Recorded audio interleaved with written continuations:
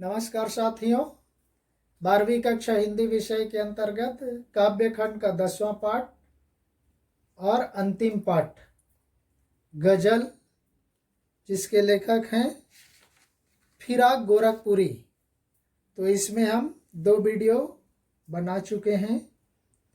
आइए चलते हैं तीसरे वीडियो के पहले गजल की ओर।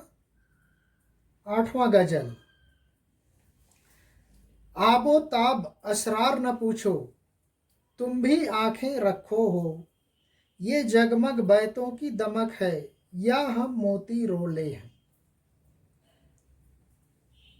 कवि कहने लगता है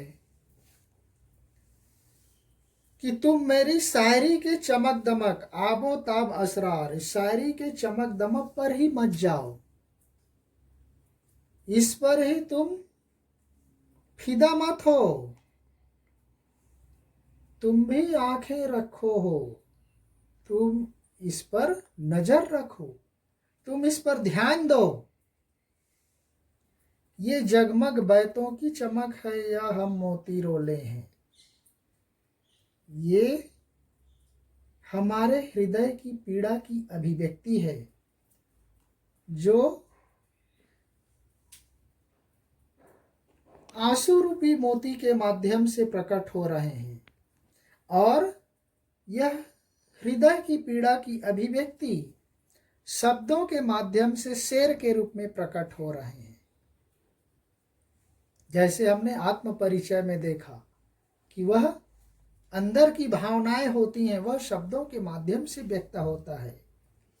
इसलिए कवि कह रहा है कि केवल इस शायरी के चमक दमक पर मत जाओ, उसके हृदय की पीड़ा की अभिव्यक्ति को समझने का प्रयास करो। जहां से वह अभिव्यक्त हो रहा है उसमें कितनी पीड़ा है, और इसलिए वह शायरी इतना प्रभावशाली है, उसमें चमक आ गई है। क्योंकि इसीलिए सुमित्रा नंदन पंत की 2 लाइन है। वियोगी होगा पहला कवि, आह से उपजा होगा गान, उमड़ कर आंखों से चुपचाप बही होगी कविता अनजान। जो कवि होता है, शायर होता है, वह वियोगी होता है, दुखी होता है, संसार से निराश व्यक्ति कवि होता है। और उसके हृदय की पीड़ा की अभिव्यक्ति ही शब्दों के माध्यम से कविता के रूप में प्रस्फुटित होता है, कविता शेर के रूप में प्रस्फुटित होता है। तो यहाँ पर जो शायर है, उसके हृदय की पीड़ा की अभिव्यक्ति ही है ये शेर, जो इतने जगमगा रहे हैं, प्रभावशाली हैं। इसमें सौंदर्य आ गया है। तो केवल इसके सौंदर्य पर मत देखो, उस कवि के हृदय की भावनाओं को समझने का प्रयास करो, बोल रहे हैं। नेक्स्ट 9वां गजल। ऐसे में तू याद आए हैं अंजुमने में रिंदों को, रात गए गर्दू पे फरिश्ते बाबे गुनाह जग खोले हैं। देखिए नीचे से देखते हैं, रात गए गर्दू पे फरिश्ते बाबे गुनाह जग खोले हैं। गर्दू मीन्स आकाश, फरिश्ते यानी देवदूत, ईश्वर, बाबे गुनाह पाप का अध्याय, जग यानी संसार। रात्रि के समय में आसमान में वह ईश्वर, वह देवदूत संसार के लोगों के पापों के अध्याय का लेखा जोखा करते रहते हैं। जिस समय वे देखते रहते, उस घने अंधेरी रात्रि में लोगों के गुनाहों का हिसाब किताब करते रहते। उस समय में वह आशिक व्यक्ति, प्रेमी व्यक्ति, अंजुमने में शराब की महफिल, रिंदों यानी शराबी, ऐसे में तू याद आए, वह शराबी व्यक्ति को, उस आशिक व्यक्ति को रात्रि के समय शराब की महफिल में अपनी प्रेमिका या अपनी आशिक याद आने लगता है, उसकी याद आती है।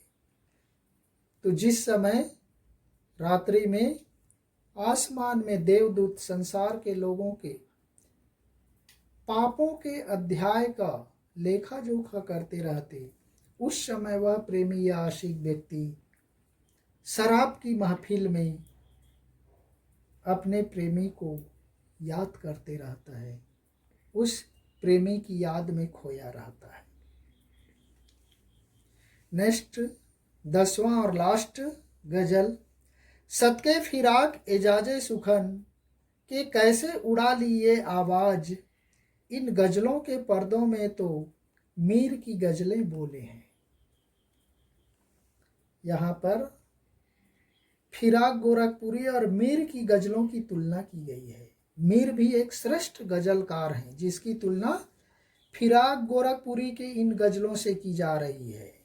सदके फिराक एजाजे सुखन, ये फिराक गोरखपुरी कहते हैं कि लोग बताते हैं कि तुम्हारी शायरी पर लोग मुग्ध हैं। आपने इतनी अच्छी बेहतरीन शायरी लिखी कि उस पर सब लोग न्यौछावर हैं, फिदा हैं। कैसे उड़ा ली ये आवाज आपने कहाँ से सीख लिया? ऐसी शायरी लिखने की कला आपने कहाँ से सीखी? क्योंकि इन गजलों के पर्दों में तो मीर की गजलें बोले हैं। इन गजलों के पर्दों में तो, इन गजलों के माध्यम से तो, इन गजलों के सहारे तो मीर की गजलें याद आ रही हैं। मीर की गजलें जैसे प्रभावशाली है, वैसे ही आपके गजल भी प्रभावशाली हैं।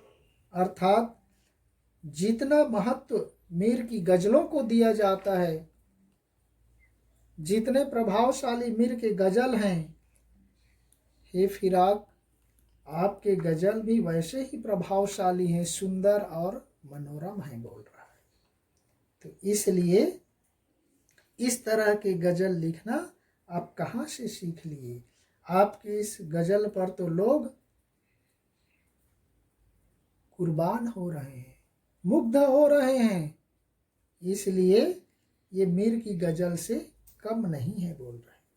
तो इस तरह से साथियों यहीं पर हमारा यह गजल के साथ ही काव्य खंड समाप्त होता है। तब तक के लिए धन्यवाद। जय हिंद।